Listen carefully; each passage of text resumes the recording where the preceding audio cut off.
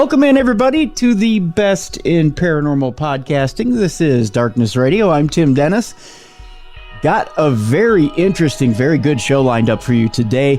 You know, we sit around and we think to ourselves after we've lost a loved one, man, I wish I could hold on to him for just one more minute, or man, I wish that this time would never leave, that I could sit around, I could talk to him forever. You want to hold on to him. You want to be able to have that conversation. Even over a decade after I've lost my stepdad, I want more time, and that's not really possible. Unfortunately, we can't have those messages all the time. In fact, it's healthy to let go and healthy to move forward. Today's topic is about those messages from beyond, about receiving those messages from beyond, and that initial contact. Our guest today is Von Braschler. And Von Braschler is the author of several books, including Time Shifts, Manifesting, and Mysterious Messages from Beyond. He's a former award-winning journalist and a former faculty member of the Omega Institute for Holistic Studies in New York.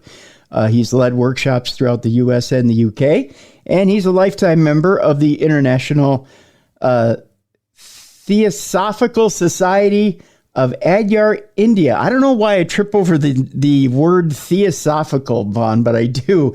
Vaughn recently moved from the Midwest to a cabin in the woods on a rustic little island in the San Juans off the Washington state coast, and you picked the right time to move away from Minnesota, if that's where you were here, Vaughn. I know you wouldn't have liked today's weather, that's for sure.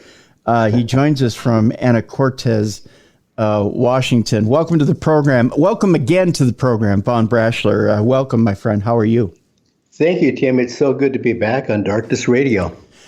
Yeah, today's weather, the last couple of days, 50, 60, today, snow. So I think you picked a good time to pick up and get the heck out of here. and I just started my garden. Think of that. Oh, did you? Yeah. Well, there you go. That's encouraging. We're not looking at gardens anytime soon. In fact, there's an interesting chapter in your book that has to do with pets, and I can only describe them as pets, although they're wild. We have a couple of chipmunks in our yard that we feed on a regular basis, and they're almost trained. Wow, that's great. Yeah, and they're sleeping right now, and we were kind of hoping we'd have the snow gone by now so that we could have them about, because we kind of miss them. I love the chipmunks. My neighbor's cat keeps the chipmunk population down. Oh, no. I've talked to him about it, but he says that's a trophy mouse, my friend. Well, it kind of is. They're not as big as squirrels, and they're just the cutest little things. And they actually they're good food for bigger birds too. Like crows and eagles and stuff like that. So, but they love our drain pipes because they're good cover. And we actually have a little birdhouse for them for temporary cover when they're running around the yard. But I digress. So those are our little pets. So we keep them quite well stocked in seeds. They love almonds, by the way. They're big on almonds. I only give them peanuts. I'm a chintzy guy. Well, almonds are their treat. That's kind of like that's the crack of the chipmunk world, just so you know. Ooh, okay. I know I'm giving you useless details here, but no. That's the crack of the chipmunk world is almonds. So Minnesota, not so climatey today. So I'm glad you're in Washington, where you can actually get some decent weather. The book is called Mysterious Messages from Beyond. It's out there off the Red Feather imprint from Schiffer Publishing, I believe, correct? Right. And fascinating book. I got a chance to have it in my hands here for quite a few days and really sit down with this book and get to know it, which was my pleasure indeed. Messages from Beyond have always intrigued me in a lot of ways. As a kid who I used to be able to, at a very young age, 8, 9 years old, be able to tell you who was on the phone Wow. when the phone would ring. Wow. I find it intriguing that people have gotten calls from the dead. It's something that I wish that I guess I could experience. And I wish it would stop personally, but I hear you. But that's kind of what I want to. One of the first things I want to jump into is the idea of, in this book you go through the basics of setting yourself up in a way, but to receive those calls. Yeah. Not to reach out and get them. And I think there's a difference, and that's what we're going to tackle in this program. Indeed. The difference between the two. I think a lot of people who are hobbyists, not paranormal investigators, there's a difference between that too. Yep. But there's a strong difference between the two. And I think a lot of people are seeking that answer and are too aggressive when it comes to that, as opposed to laying back, as you point out in this book, and letting it happen. Now, explain to our audience why they should let it happen and not necessarily seek it out. Sure. Well, I guess this is the result of being a Theosophist and a student of Helena Blavatsky. It's a result of being a yoga practitioner. I think that we should let the dead move on. Now, I think that it's entirely proper, however, when the dead choose to contact us, that we listen, but not to encourage them to continue an ongoing relationship. In most cases, if people out there will think back to their own memories and people they've talked to about such subjects, the recently departed will reach out to loved ones, usually within about 3 days, let's say, but around 3 days of their passing, which is probably why a lot of people from different spiritual traditions encourage waiting 3 days to totally bury the body, let's say. Mm-hmm.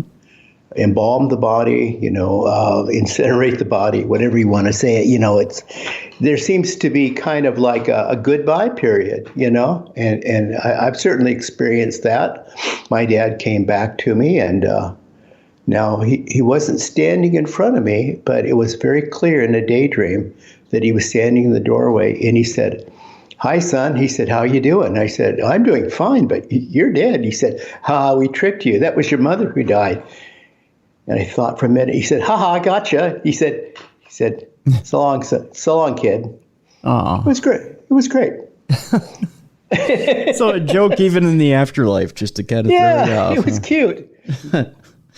Well, it's nice that they come around at that time, and I've had that happen. I've had that happen a couple of times where I've had the dream visitation, just kind of the goodbye, everything's okay here, kid. And it seems like one of them was needed to help me in a time of need. The other was needed for that person in their time of need, which is reflected in this book. And I'm glad it is, because there's stories of both. Yeah. Well, you bring out the dream, and I'm a very big advocate in actually working your dreams, mining your dreams, utilizing them, and actually advocating, setting up, programming your own lucid dreams. Because in our dreams, our consciousness is wide awake. Your brain is sleeping, your body's sleeping, and we tend to roam and explore and investigate and listen in our dreams.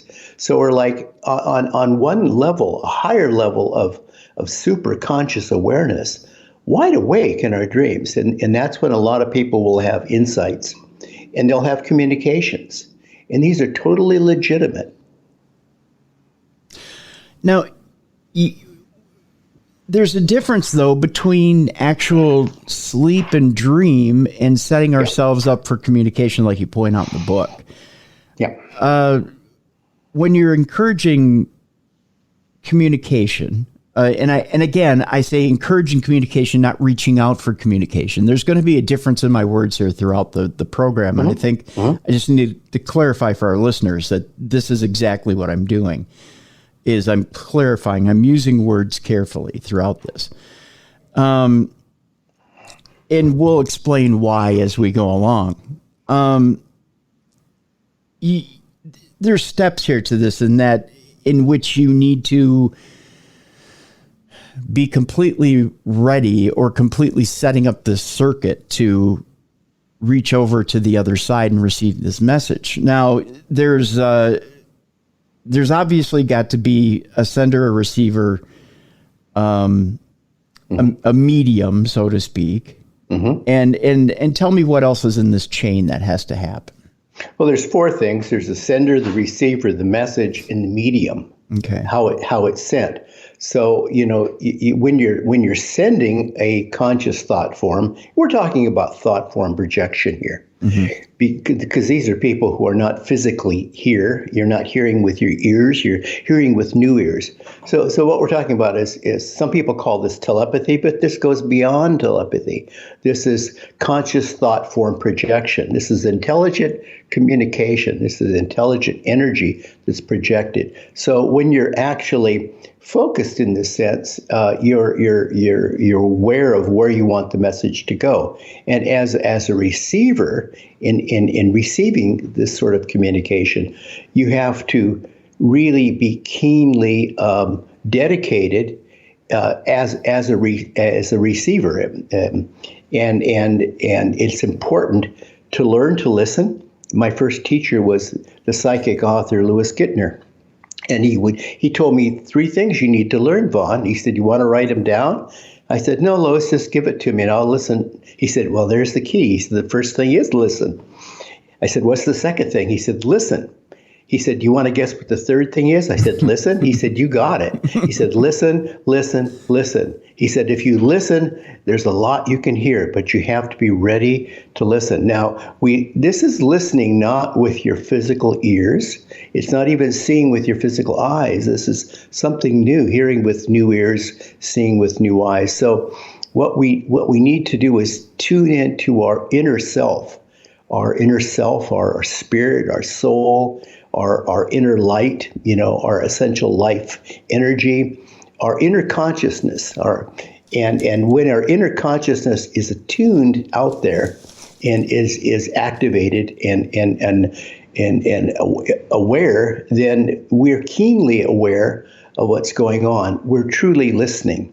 So this is listening in a different sense. This is not anything you can record necessarily on a recorder. This is not a physical sound. So a lot of people say, oh, I just heard it inside my head. Exactly. You heard it inside your head.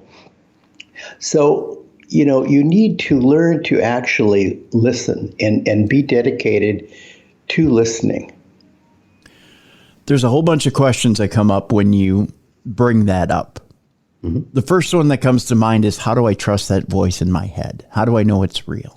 I asked Louis that very question. Okay. So he said, you'll know. He says the little hairs on the back of your head are going to tingle. He said, you're going to know, and because it's going to tell you things that are true, tell you things that are personal.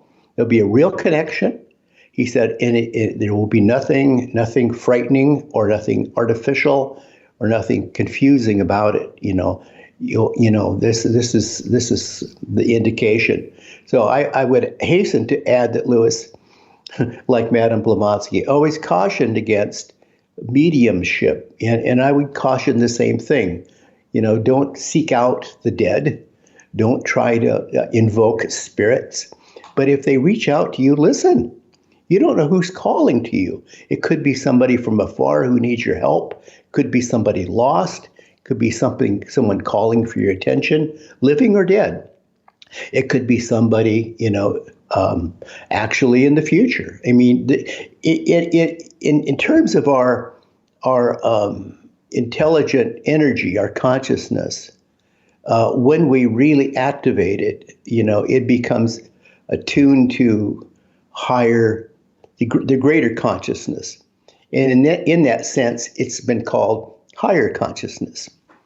And there is literally nowhere your consciousness as intelligent energy can go. It travels at the speed of light. Therefore, it can go backward or forward in time. There's literally nowhere it can go. It can't go. For some people, in the way we achieve this as meditation. For some people, meditation is incredibly difficult. I'll just tell you this, Vaughn, and I'll share with our audience. As I was reading the book, and I spent quite a bit of time with the book, I decided to try because I've had a hard time meditating myself. I've had people tell me to try it in different ways. Mm-hmm. I decided to try the way in the book because I wanted to see if I could do it. Well, thank you. Yeah, and by all means, I mean, you got to try it in order to talk about it, right? Exactly. So I did. I tried it. And I tried some of the communication methods in the book too. There are in the book, and I should explain for our listeners, there are different ways, and we'll talk about it in depth a little bit here, communication methods in order for you to try to communicate with other people telepathically. I didn't use another test subject in another room like you do in the book. I tried to send a blind message to someone to see if they could receive it. Excellent. Okay, just into the ether. Yep. Okay. I don't know whether that's happened yet or not. I haven't gotten a response. But if I do, I do. If I don't, I don't. That person will know. And I'll know. But as far as the meditation goes, here's what I run into. And this is between you, me, and a whole bunch of people listening right now. Oh, I know. I've gone through meditation techniques that don't work too. No. I'm not saying it didn't work, but here's the block I run into. Mm-hmm. I can get myself. What's funny is, okay, I'm a pretty brittle diabetic. So between you, me, and the fence post, and everybody listening. Mm-hmm. You say to relax you start at your feet, relax them until you almost get a numb sensation. Yeah. Well, I'm numb all the way up into my kneecaps, my friend. I'm already there. But it's the relaxing. I get that. You have to get to the point where you're relaxed, and I did that. So, but it's getting everything to relax, and I think that's the tough part of meditation for a lot of people, especially when you're wound up and you've got 57,000 things going in your day. That's the main part of meditation, to get there. So I did get there. Mm-hmm. But here's my thing, and maybe you can explain this to me. You get to a point where you relax, and it's like the mind starts zipping around to different points. Right. When you're trying to focus on what it is you're going to, your mind is taking you elsewhere. Exactly. So I would say to that, when you put yourself to sleep in this way, put yourself to rest, mm-hmm. I always say, let the body become heavy, let it become dense, let it go to sleep. You're trying to reach an inner holistic body, mind, spirit harmony, so that, your physical side feels comfortable with what you're going to do, because there is a sense of the physical self to want to guard you against releasing control of you. So when you get to the top of your neck, don't forget to tune out the brain. Tell it to sleep, and assure it that in the short time that it will be at a sense of rest, that it will be relaxed, and everything will be safe. And then, I always say that try to meditate in a very safe, secluded, peaceful, guarded situation. So the body will feel at rest. The mind will feel at rest. So then, I know my Buddhist friends won't like this, but I'm going to say something about mindfulness. We're talking about a deeper meditation here. We're not talking about just feeling good and putting your head down on the desk and feeling the warmth all about you and the connectedness that you have holistically.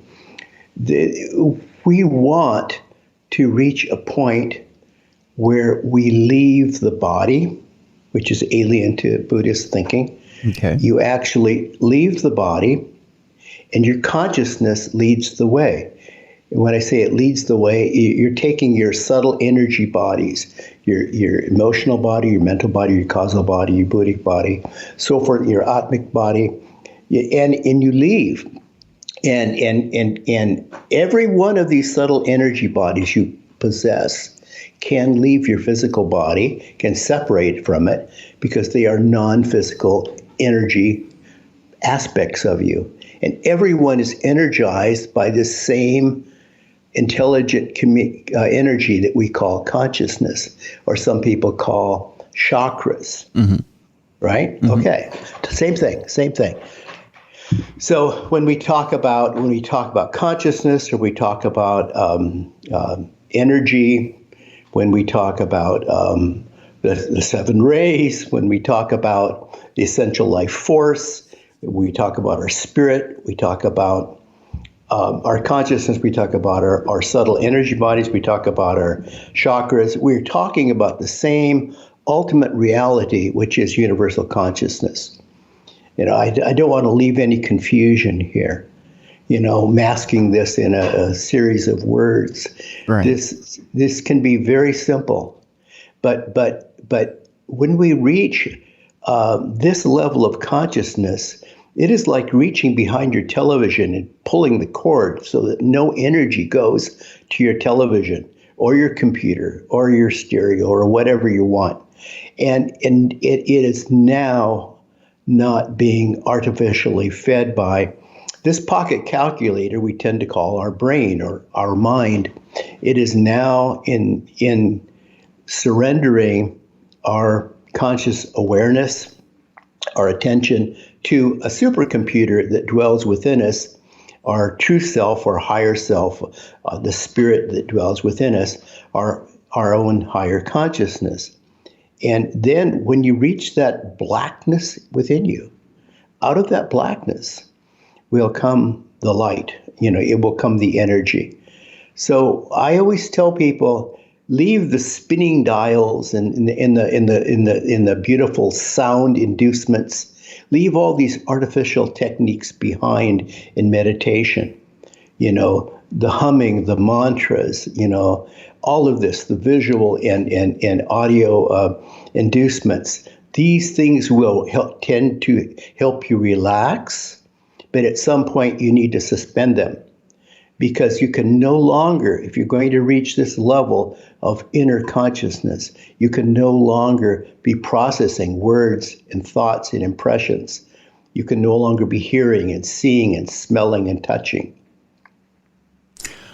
So here's what's, you just said something that's a little disturbing to me.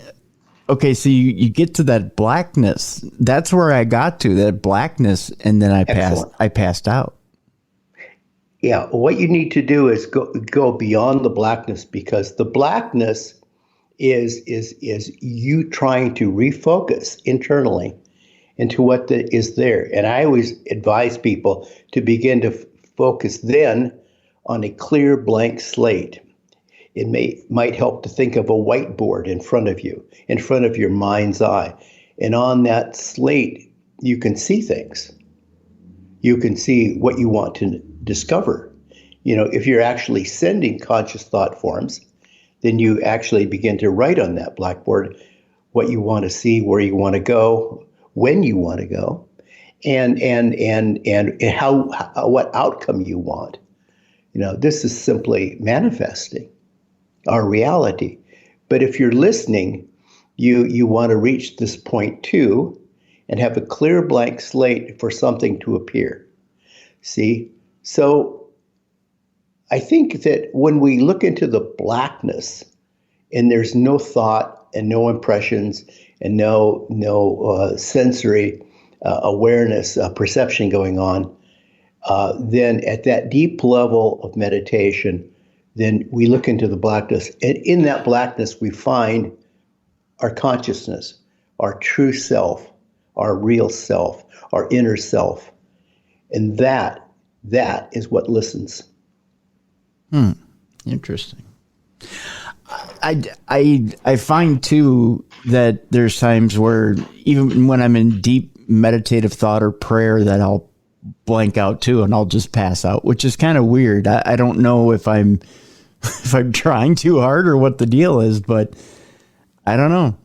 It's So back to the blank slate. If you're trying to listen and receive information, then you picture the slate in front of your mind's eye, and you patiently wait for not only to hear something inside your head, okay, but you actually wait to see an impression of what's on the board, because you're also seeing with new eyes.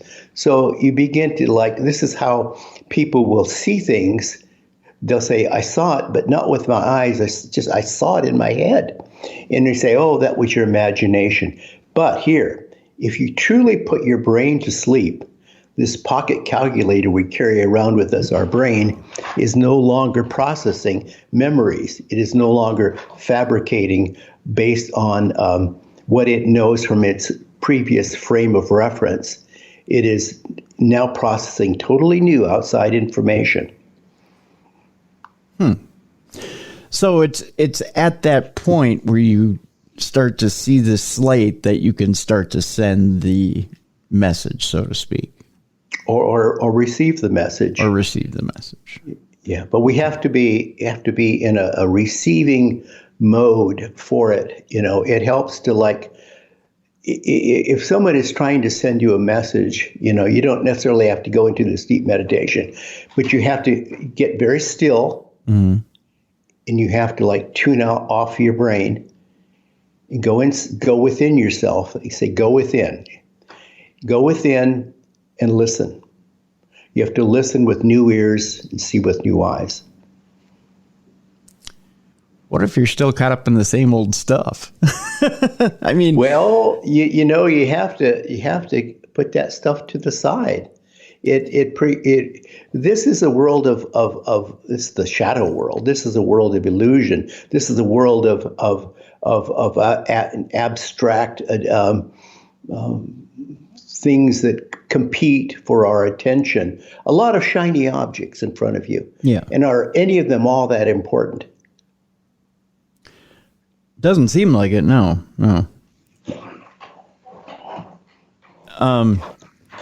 Pardon me. I had to cough there.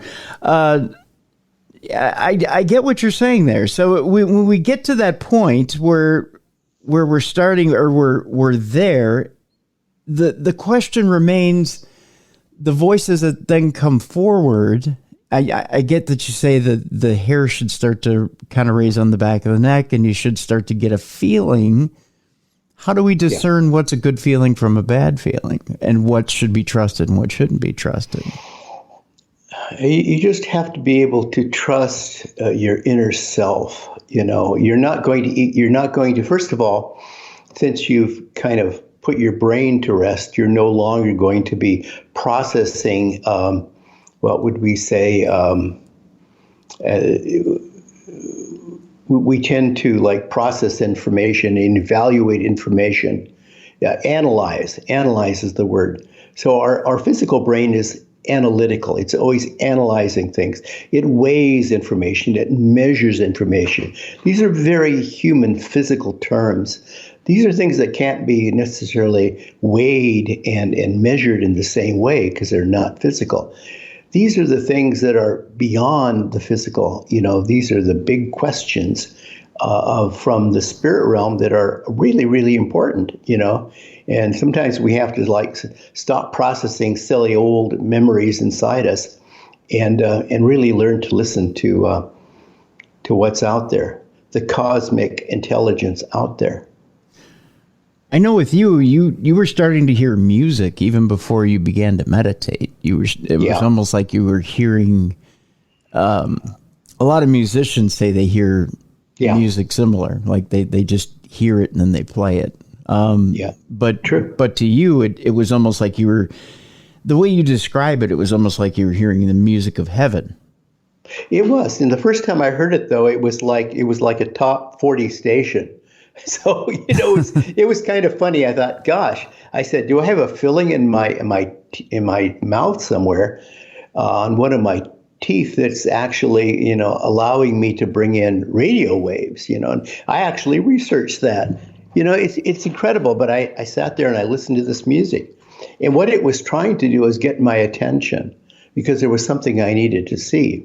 A year previously, I had been out at a berry field, and I got a very sharp abdominal pain. And a voice inside me said, walk on the railroad tracks at the edge of the berry field, and you'll be instantly home. And I was so sick I didn't bother to analyze the silliness of this. How could first of all, does the railroad really go to my house? 2, does this railroad track connect anywhere to that town, which was 20 miles away? 3, how do I quickly get there? But I walked up there and I told my friends I'm going to walk on the railroad and it'll take me right to my house. And as I rounded the bend, it all went blank. And then suddenly I was in front of my house.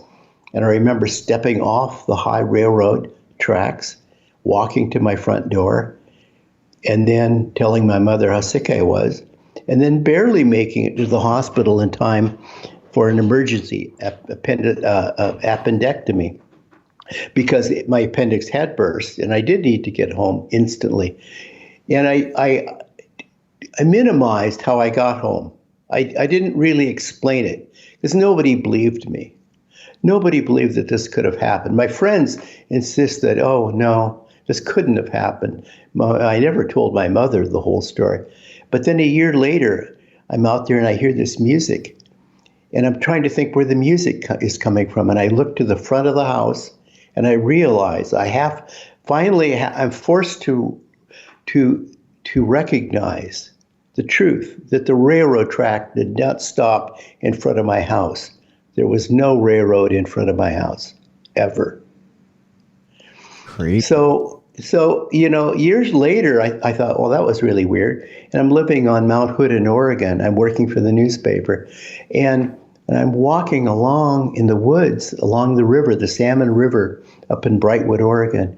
And I'm all alone in the woods. I was one of the first houses built along the river after the big flood. And I hear this beautiful music, this angelic music. It's incredible. It's the sound of a flute or maybe a lute, It's incredible. And I try to think what it was, I kept saying it sounds like panpipes in the forest, And I found that couldn't get any closer to the music or further away from the music. However, if I would really hone in my conscious awareness and tune everything else out, I could bring in the music more clearly and with more volume. Mm-hmm. And if I let my consciousness wane and started to look around at the trees and the birds, suddenly the music would diminish and it would become more faint. So clarity and definition is something so important in spirit communication. But yes, that was another example of hearing music. And I've talked to other people since the release of this book who've had similar experiences of hearing music out of nowhere. Now, in that neighborhood in Mount Hood, you say you almost saw an image like Pan the flute player, like the actual Pan. No, I didn't actually see anything. I wasn't able to ever discern what the source of it was. Okay. I'm sorry. I thought I had read something like you thought you felt the energy or something like Pan playing. Yeah, it did seem to me like what I'd heard of as pan pipes, Later on I heard music that was close. It was music recorded in the Great Pyramids. Okay. By a great flautist. I'm trying to think of his name, but it was very beautiful. And I'm thinking it sounded somewhat like the melody I heard, a melody line. And he was just playing extemporaneously as recorded in the Great Pyramid. And I'm thinking he probably heard the music too at one time. Because these things are not necessarily, they're projected to you personally, but sometimes they're broadcast by some greater spirits, and they're broadcast rather broadly to a number of people. And let me give you an example of that. Louis Gittner had an immense garden, and he would go into these deep trances on his back, and they'd pull down all the curtains, and yet light would fall upon his chest as he was in this deep sleep on his back, somewhat like the Edgar Casey sleeping prophet mode. Okay. And so he would come out of it, and he couldn't remember exactly what was said. He would mutter something, and he always explained to me that these were energy spirits would gather and send information to him. And then one day I was visiting him at his inn, and Lewis said, I got to thinking, I read this book about Findhorn by Dorothy McLean, and I started to think about the kind of messages I was getting and the kind of messages she reported in her book for the Findhorn Garden. Because he said, I received very similar information about how to plant. And it is true, his gardens were beautiful. And so he said, I actually went on a plane. I visited her. I knocked on her trailer there in Scotland. She answered the door, and they introduced themselves. And he said, I have to ask you, do you keep a diary? She said, yes, I do. So they compared diaries, and they were getting the same transmissions, but about 10 hours apart. And so Lewis said, well, we're not getting them at the same time. And Dorothy said, Lewis, I think you're forgetting time zone differences. We're getting them at exactly the same time. Wow. That's pretty cool. Pretty cool. Vaughn, let's take our break right here.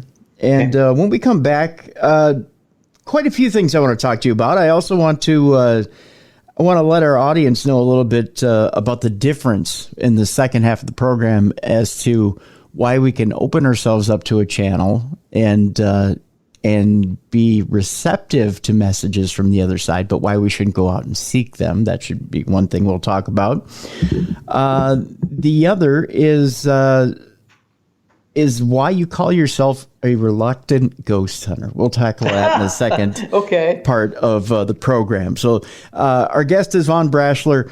The name of the book is Mysterious Messages from Beyond. It's on the Red Feather imprint on Schiffer Publishing. We'll have a link to the book in the description of this program. You can go ahead and click on it and get a copy of the book right now. I encourage you to do so. It's very informative and some really, really great stories and some inspiring stories in there as well.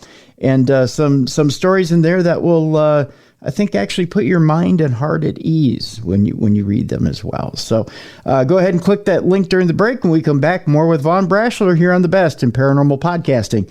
This is Darkness Radio.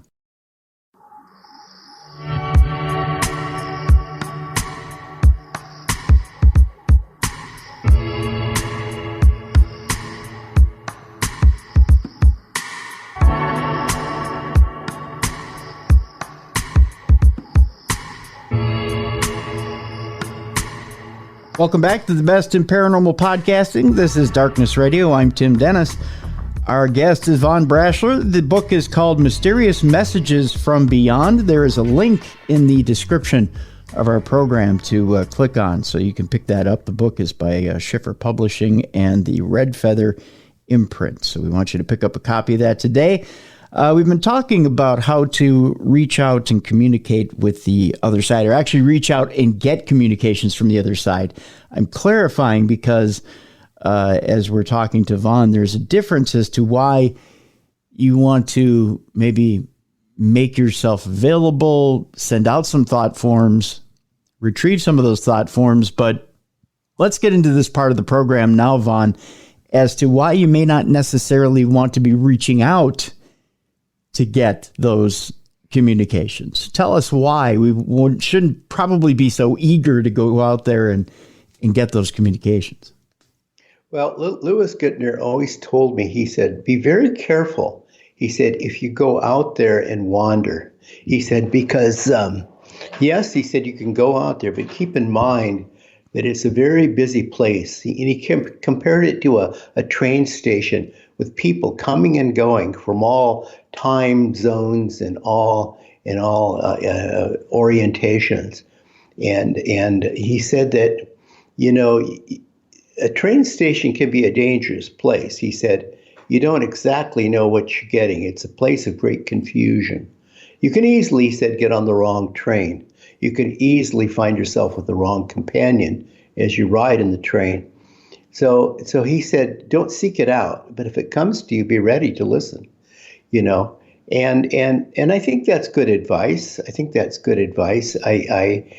I'm very tempted at times to speak to, reach out there, and this is possible, you know. I always think of how in the shamanic tradition, if we think of like a Native American or indigenous people who were like shamans for their people, and they would consciously go into these deep trances, which we might call a meditation, and they would leave the body in a consciousness, and they would go into the past and visit with their ancestors, but they would not interact with them. They would simply listen,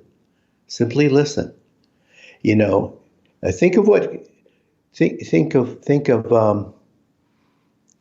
so many of our spiritual teachers have told us to learn to listen, but they don't necessarily tell us to get involved, you know. Right. So you know, you can go, the shaman would go forward in time to look at what lies ahead or what might lie ahead for his people, you know, without interacting, and then come back and report. I always say this is like being a fly on the wall. A fly has 100 eyes, and they're all moving and seeing. You know, so when you leave and you and I do have exercises, you know, to actually go and discover things like lost keys, and you can actually go and you can remotely view.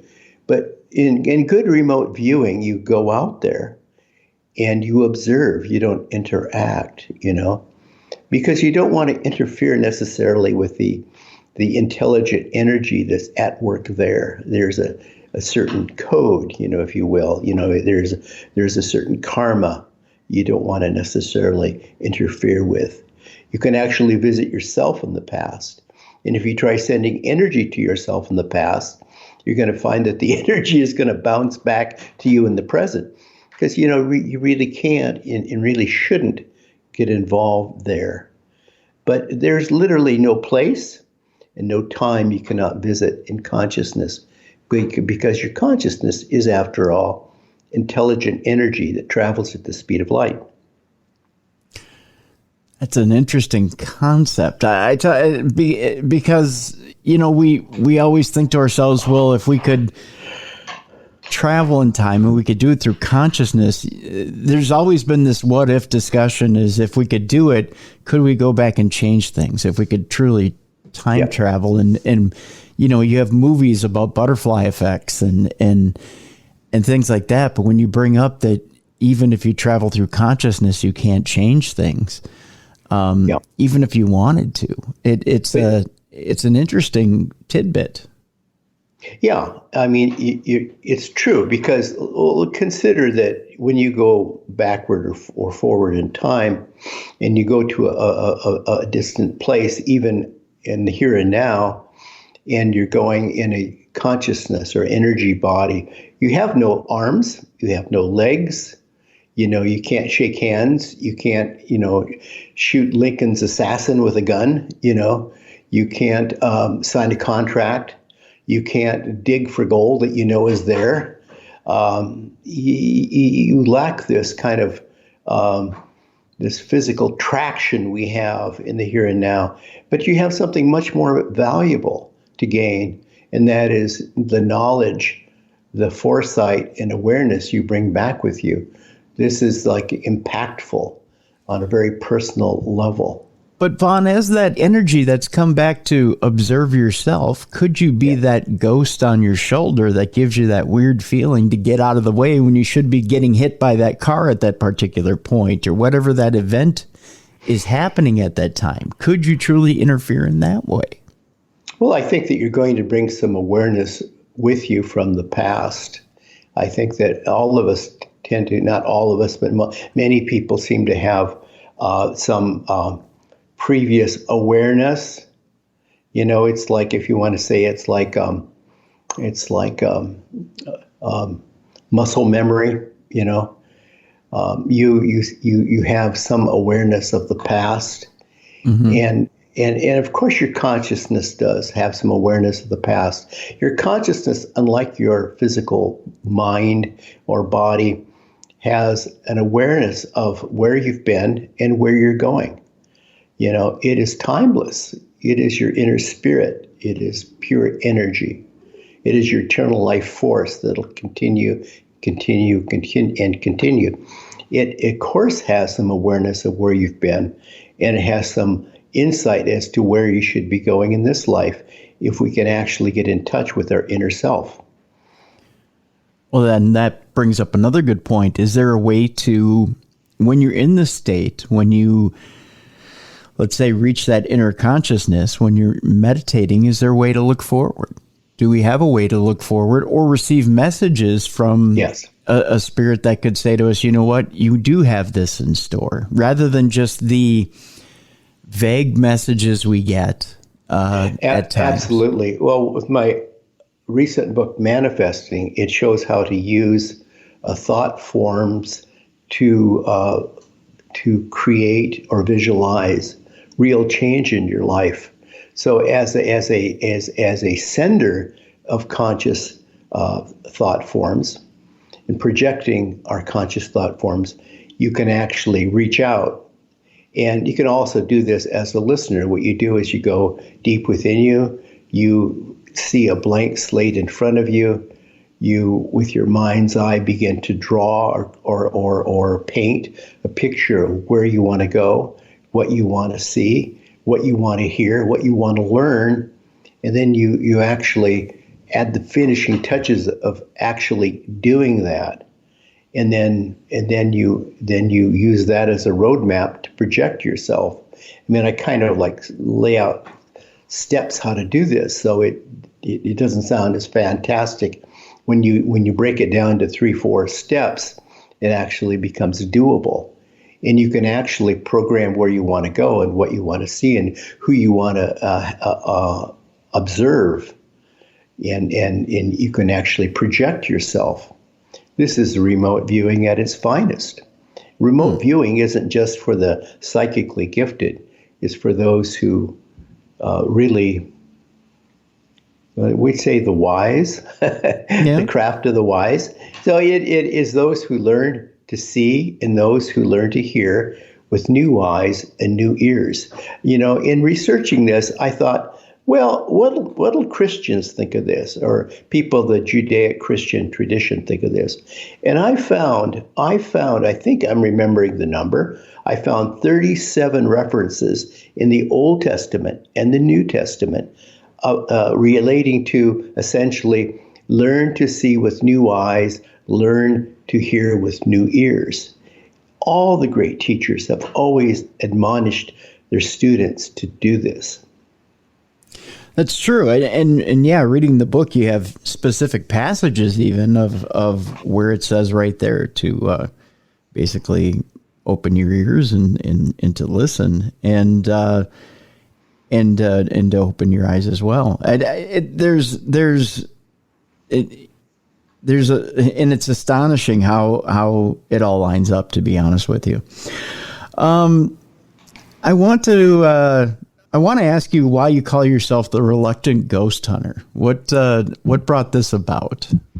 Well, when I was a student of Lewis, I would go and I would never, his association with the students was wonderful. You just go and you just say, is Lewis in? I want to talk with him. And as busy as he was, he would sit down and talk with you as long as you wanted. And boy, did he make good coffee too. But anyway, Lewis would sit at the table. One day, he sent out one of his assistants. She described herself as Lewis's assistant. Her name was Helen. And I later found out that Lewis was actually available at that time, but for some reason he wanted me to speak with Helen. Helen described herself as a person who would go in haunted buildings or homes and reach the spirit or the ghost that was there, and work with it, and communicate with it, and help it move on. In other words, she deghosted houses. Mm-hmm. And she worked with me, and she spent the whole day working with me. She said, I don't know. Lois said to tell you this. She said, what you do with it is up to you. She said, do you want to know more? Do you want to know how to do this? And I said, well, tell me all you have. And I said, I don't really want to do this, Helen. I said, but somewhere down the line, Lois, it seemed that I need this information. And so she told it to me. And indeed, when I'm living in Oregon, I find people that, report to me that the church was haunted, and a trailer house in the woods was haunted. There was a cabin, and there was a woman whose sister had disappeared. And suddenly I was like working with these kind of ghostly situations. And I found out that some of them are very, very dark, So once again, you don't know who's out there at this busy train station. You really don't. You got to be very careful. So you don't just blunder in. I was nearly strangled to death by one. And I would say that was not necessarily a malevolent deceased person, a ghost. Mm-hmm. I would say that was something else that had confused us and we thought was a ghost. There are real reasons to let sleeping dogs lie and to ignore and walk around some of these things. There are some dark forces out there. You don't need to seek them out. You need to learn to walk around dangerous situations. I don't know if that answers the question, but I know that there are shows on television and there are celebrities that deghost houses and they're ghost hunters. And I just have a very low tolerance of any of them. I have a very low tolerance of people who want to speak to their dead pets. I've done this, I've done it, but you at some point, you want to stop poking the bear. You want to stop going after it. If it comes to you, it wants to say something. Listen and learn. But to go out there and mess with these things sometimes is a very frightening situation. You bring up an interesting point about a healthy amount of grief. I want to tackle that after I ask you this question. Okay. And that's this. I hear a lot from psychics and psychic mediums that no, honey, there is no bad thing to the other side. It's all love and light. It's all love and light. It's refreshing to hear someone who preaches about light work that there is malevolent stuff out there. So I tip my cap to you about that. Because I do believe there has to be balance. There can't be good without evil. There can't be black without white. There can't be this and that and the other. There has to be something that balances something. And you've even said you've had some experience with something that's not quite right. However you want to describe it, that's how you put it. In your experience with everything you've done on a different plane, have you had experiences where you've run into not so nice things on that other side as you've went to meditate? Well, in meditation, no, it's been okay. I think the ghost hunting is the only really super bad experience I've had. That was truly dark. It involved death and it involved fire. It involved lives changed. It involved a spirit that would not be moved, would not be communicated with, and was very angry when we tried to trick it.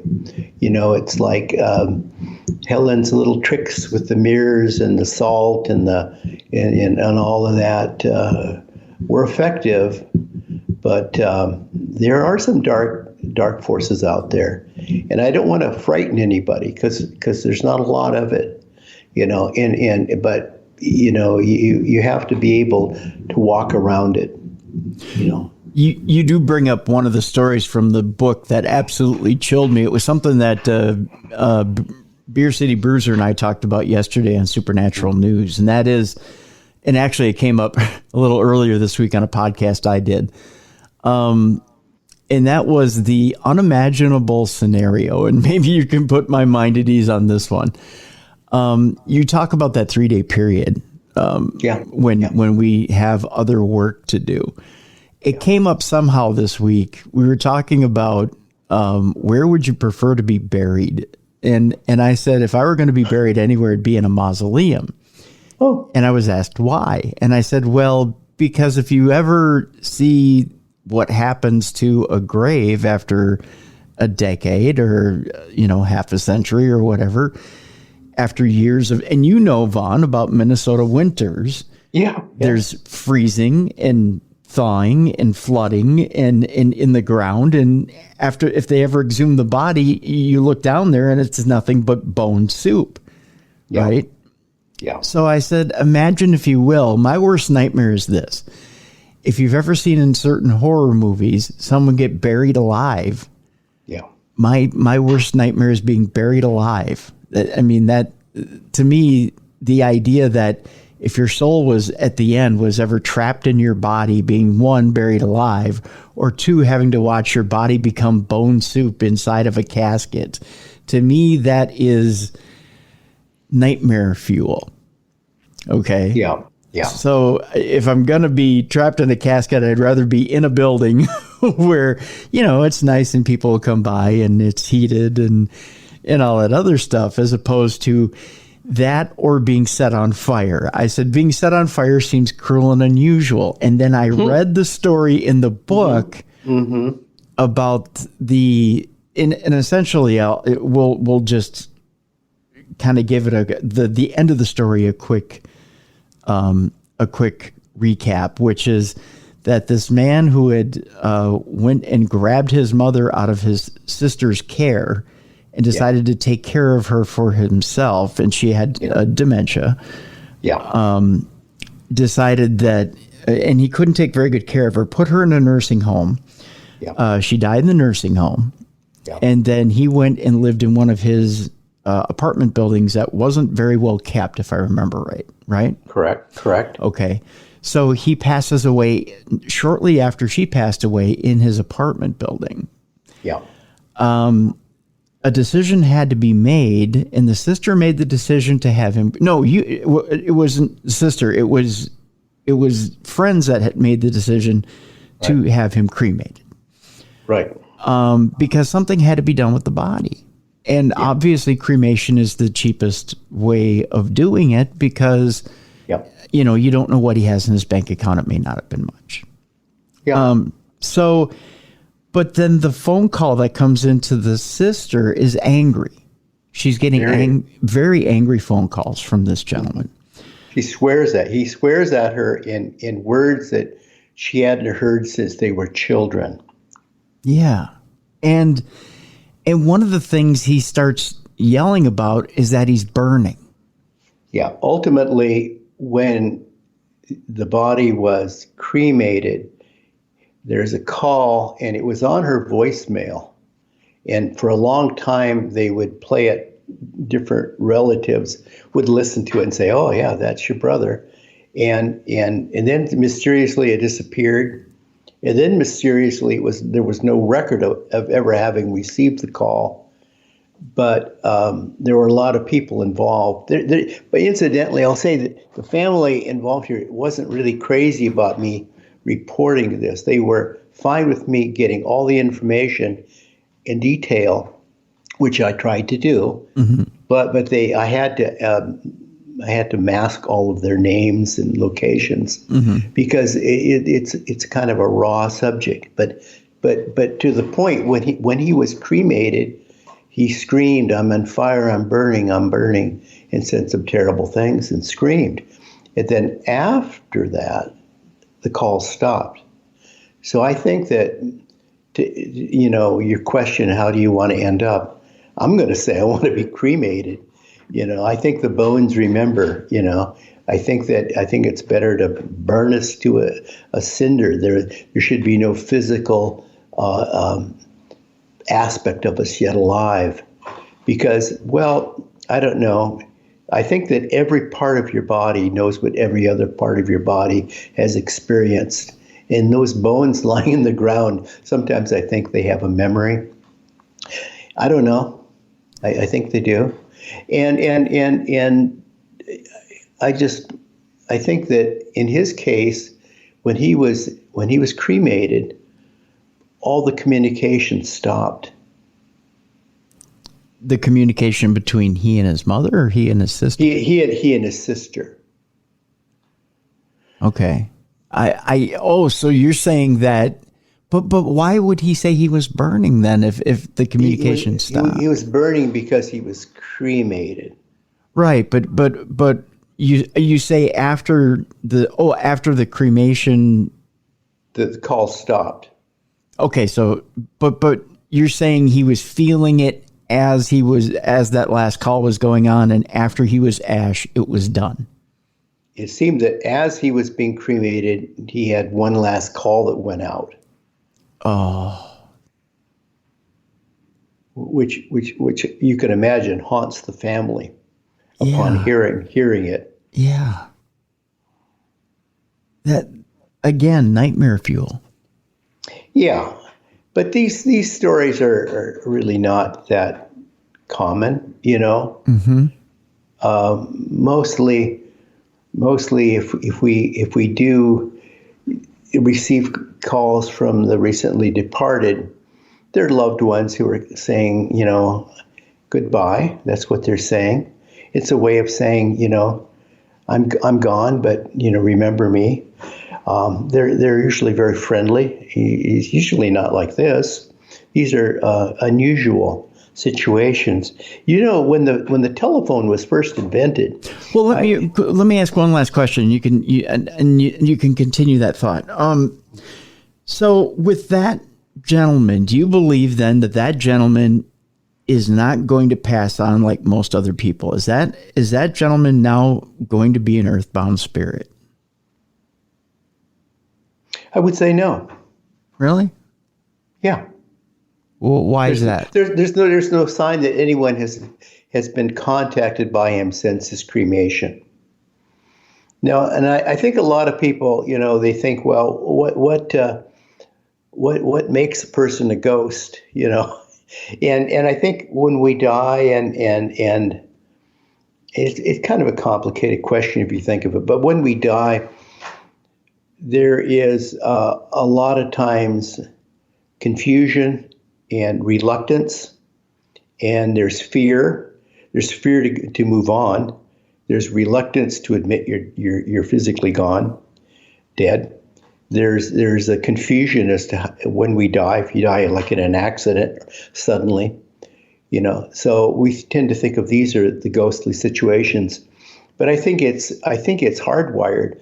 I think that your higher subtle energy bodies, your spirit bodies, your higher bodies will automatically leave and ascend and evolve. What's left is your emotional body, your personality memories.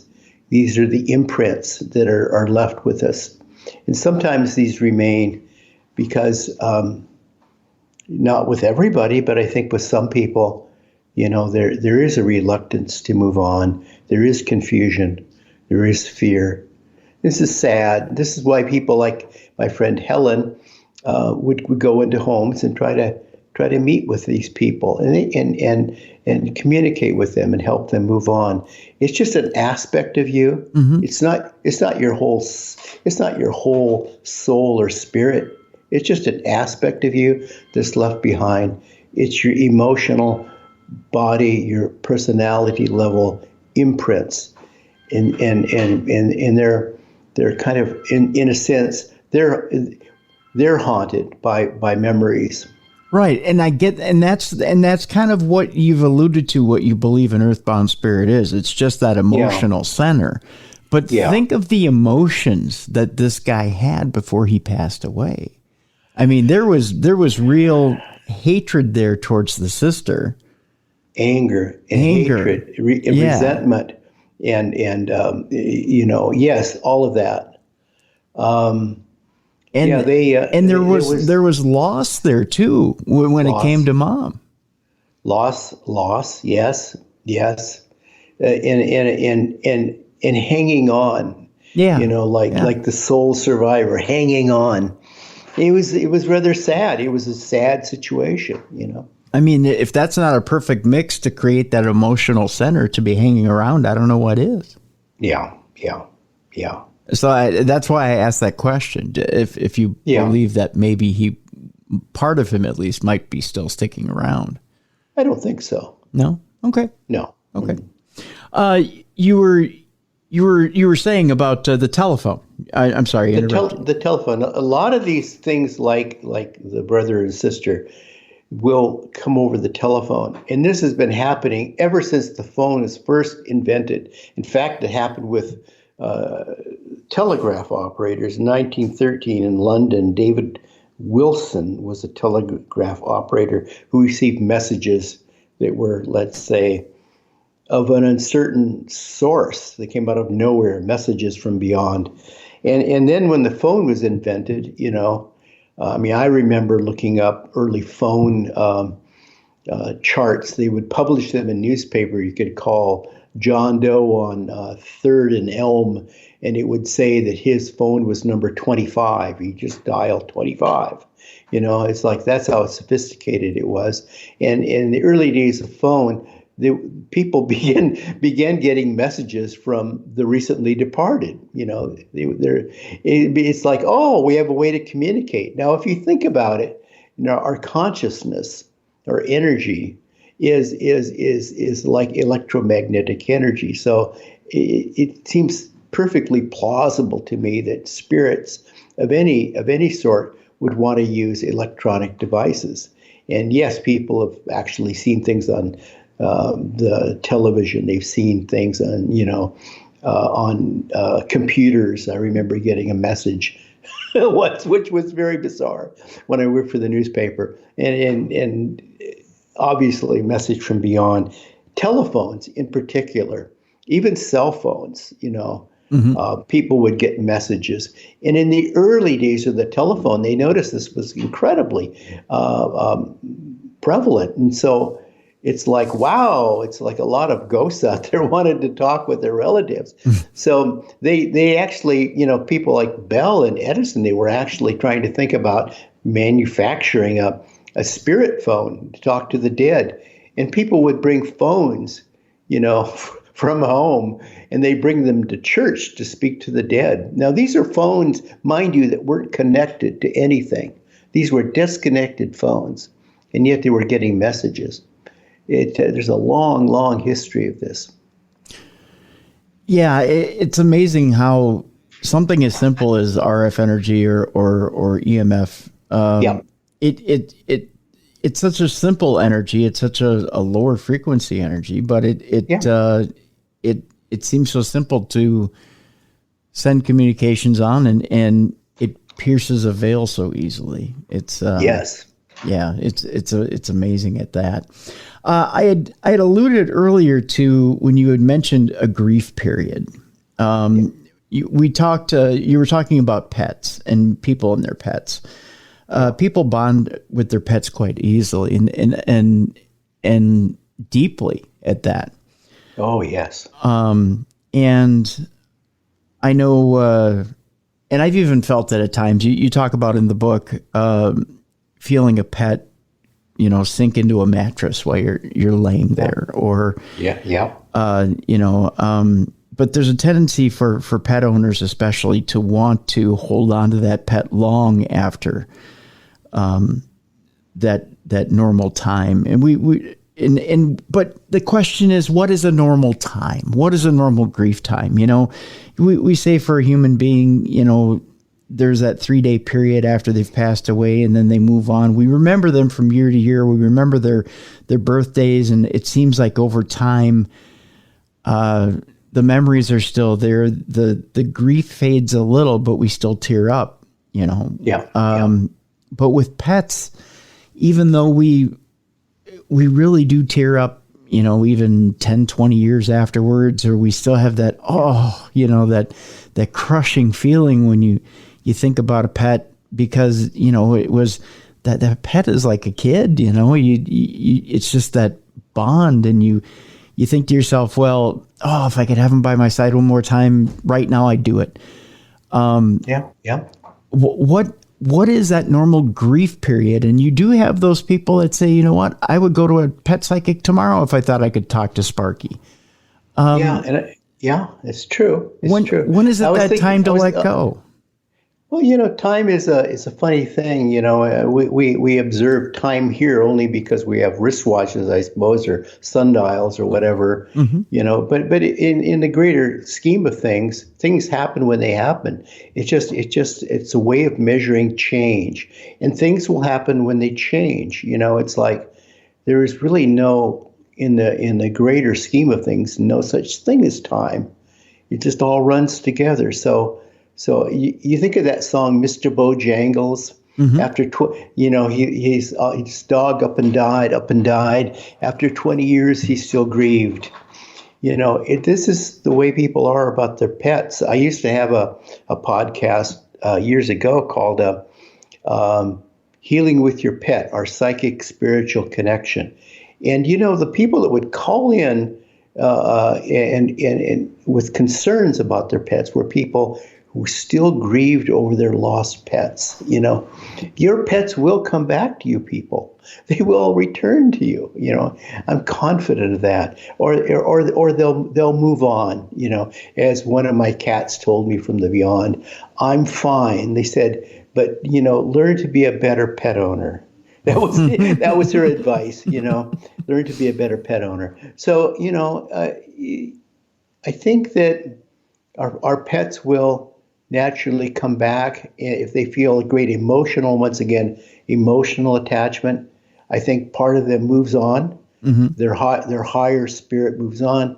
Their emotional personality might stay behind because they feel a great connection to you, or like ghosts. They'll feel like confusion as to how they die. They will, or their disbelief that they've died, or reluctance, and or they feel guilty, like leaving you behind. So, I lost a pet when I moved out here from Minnesota a year ago, and this is a dangerous island where I live on. It's in the middle of woods, and I wrote this cat. This cat, I could not keep it in the house, and my cat Midnight went outside. And was I thought we'd worked it out, you go outside and then come back inside, do it very briefly. Mm-hmm. And I would, for the first several days, I would accompany the cat everywhere outside. And I thought I'd somehow made it aware that it was a dangerous place. But one day it went out, came back, and never came back again. And, I know coyotes got it. It was killed by coyotes. But a year later, that cat is still with me. It appears to me on my computer screen. Really? If you were here, I could show you. And it appears on my screen when I turn it on as though it were my screensaver, but it's not my screensaver. And it was the last picture I ever took of this cat, which is filed away under photos. It is not a screensaver. I have a designated screensaver.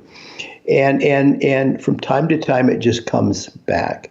And from time to time, I hear it in my room, and for a while, I would feel it jumping on the bed. And finally, I just said, I'm going to acknowledge his presence, but not encourage it to continue. I would say, hello, Midnight. I love you. I miss you too. That's it. And I tried to reason with this cat, but there's no reasoning to an emotional body. You can't reason with a ghost. It will eventually move on. It'll eventually move on. I don't think it'll stay with me forever. Yep. But you have to be willing to listen. Yep. There's the most interesting analogy I've seen to, or example I've seen to, a residual haunting happened at your old newspaper. Yeah. And it's funny. I worked in radio stations for a long, long time, and I can almost see that happening at a radio station too. And the minute I read it, I understood why. But you talk about places of high traffic or high hustle and bustle, and people who love their jobs and throw themselves into their jobs. You can understand why there would be a residual haunting of what there is. But tell me why it might have surprised you when you saw what you saw, and tell people what you saw in the newspaper.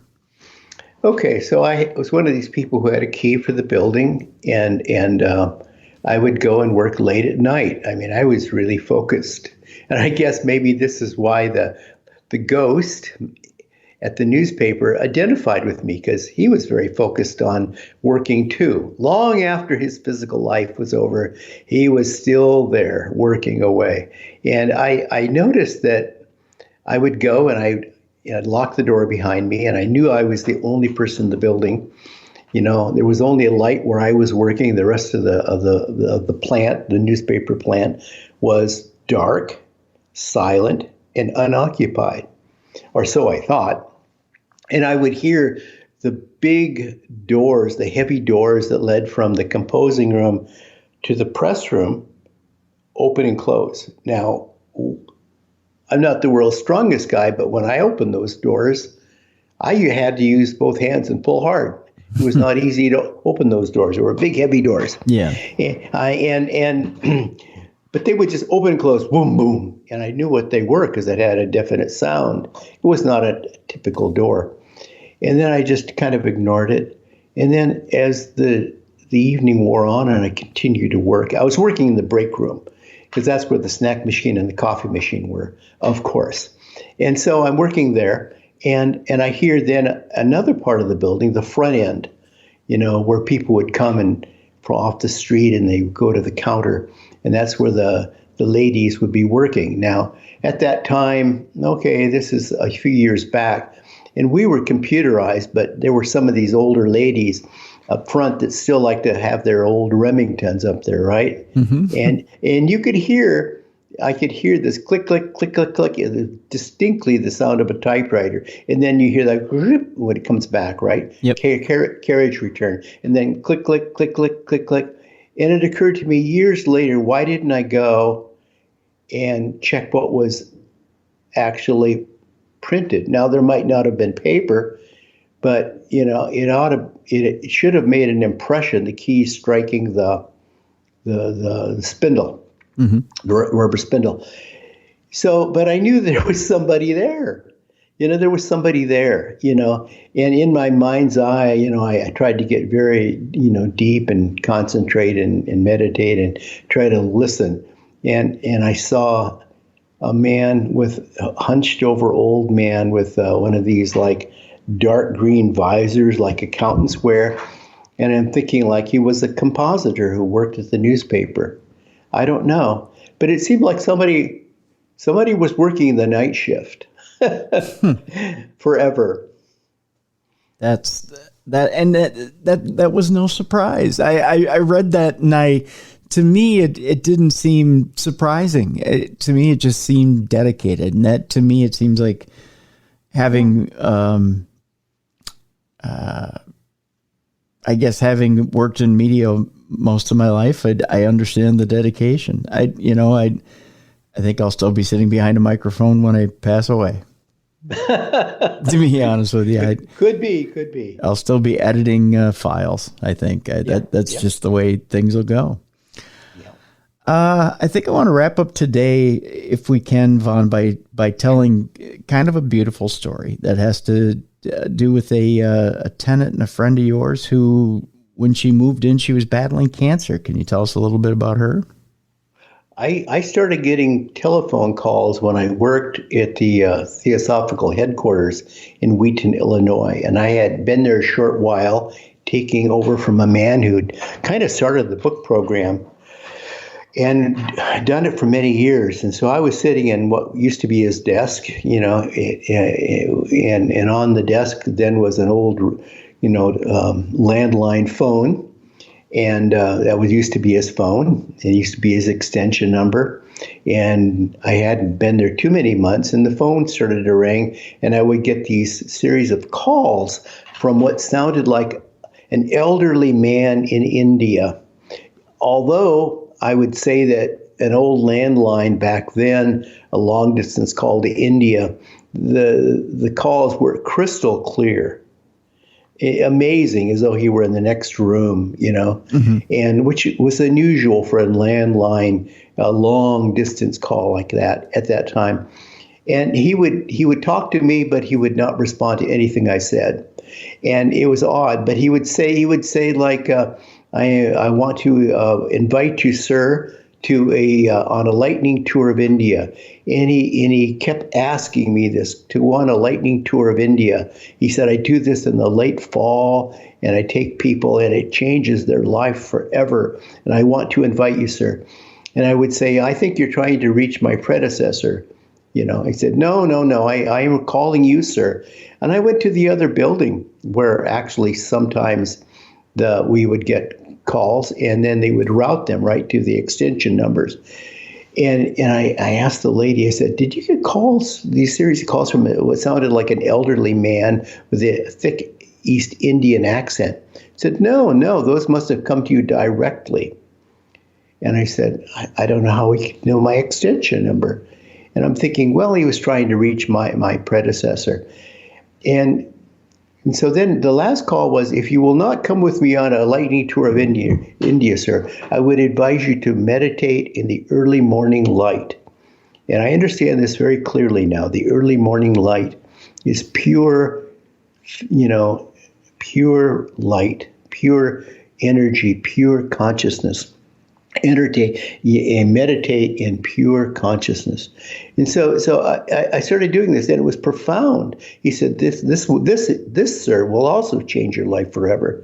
And I remember going down to the bookstore, and I said, do you have any books on like meditation I said the real stuff. I said the real stuff, like from Indian gurus, Indian experts, Indian yogis. She said, well, they're all back there in the corner. And I go there, and one is face out, and I grab that one. It was on a book stand. And I flip it over, and I start to read the back. There's this man that led these lightning tours of India. And he also, this is the book he wrote, was teaching people how to meditate in the morning light. He said it would change their life forever. And then I read at the bottom his date of birth. And it also listed his date of death, which was 3 years earlier.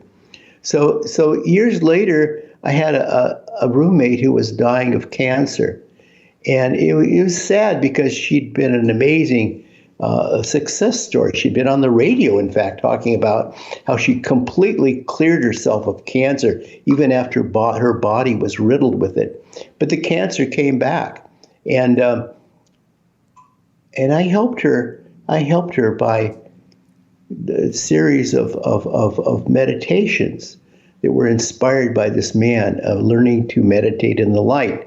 We learned to visualize the light. We would have the light shining from the window on her bed, and I would get her to walk through the light to the different stages. Go walk through the subtle energy, walk through the planes of reality. Walk through the emotional body, the mental plane, the cosmic plane, the causal plane, the Buddhic plane. And we took her all the way to, I would say, the 5th level. Mm-hmm. And we got to a place of just clear blue light. And she seemed very comfortable there. And I came, and then we broke it off. And I said, now, Deb, you can do this on your own. You don't need me. And she hadn't spoken to me in many months because, she had brain cancer and she had lost the ability to even speak. And I said, Deb, do you think you can do this on your own? She squeezed my hand. I said, are you comfortable? Are you comfortable that you could actually move on your own now? And she said, yes. and my eyes like got as big as saucers because she hadn't spoken in months. Wow. And I went to it was a hospice center, and I went to the head nurse, who was the head nun, and I said, "Deb's ready." She said, "Oh, good. She needs to go now." And then she was gone. And she visited me after she passed, and I went to the cemetery to find her body, and I heard very distinctly inside me Deb's voice saying, "You will not find me here." Of course not. No. So, I mean, she had learned to actually move within the worlds. She had learned to transcend her physical body. She had learned to move in the light. She had learned the great teaching of this man from India who reached out to me. And somehow he knew that I would need this information to give to Deb. I don't know how, but that's the only way I've ever, other than writing about it, ever been able to impart his information, moving in the light. That's a really, really beautiful story. And yeah, it's kind of crazy how the universe works, isn't it? Yep, indeed. Absolutely. Mysterious Messages from Beyond. Von Braschler has been our guest. He's the author of that book. It's available on the Red Feather imprint on Schiffer Publishing. We have a link in the description of this program. Click on it. Get the book. Some of those meditation techniques that we were talking about, plus many other meditation techniques, are available in the book for you to peruse and use yourself and reach out to get those messages from beyond. And just some very, very heartwarming stories as well. There's some scary stories in there as well. There's stories that will also pique your interest. And there's that story in there that is absolute nightmare fuel for me in there as well. Vaughn, I want to thank you very much for joining us today. Thank you, Tim. I've enjoyed it. Folks, I want to bid you a very good weekend. Hopefully it's good weather where you are. You can get out and enjoy it. Squeeze your loved ones a little tighter this weekend. Say a few extra prayers this weekend. The world could use it. And again, take care of yourself and each other. And we will see you next week here on the best in Paranormal Talk Radio. This is Darkness Radio.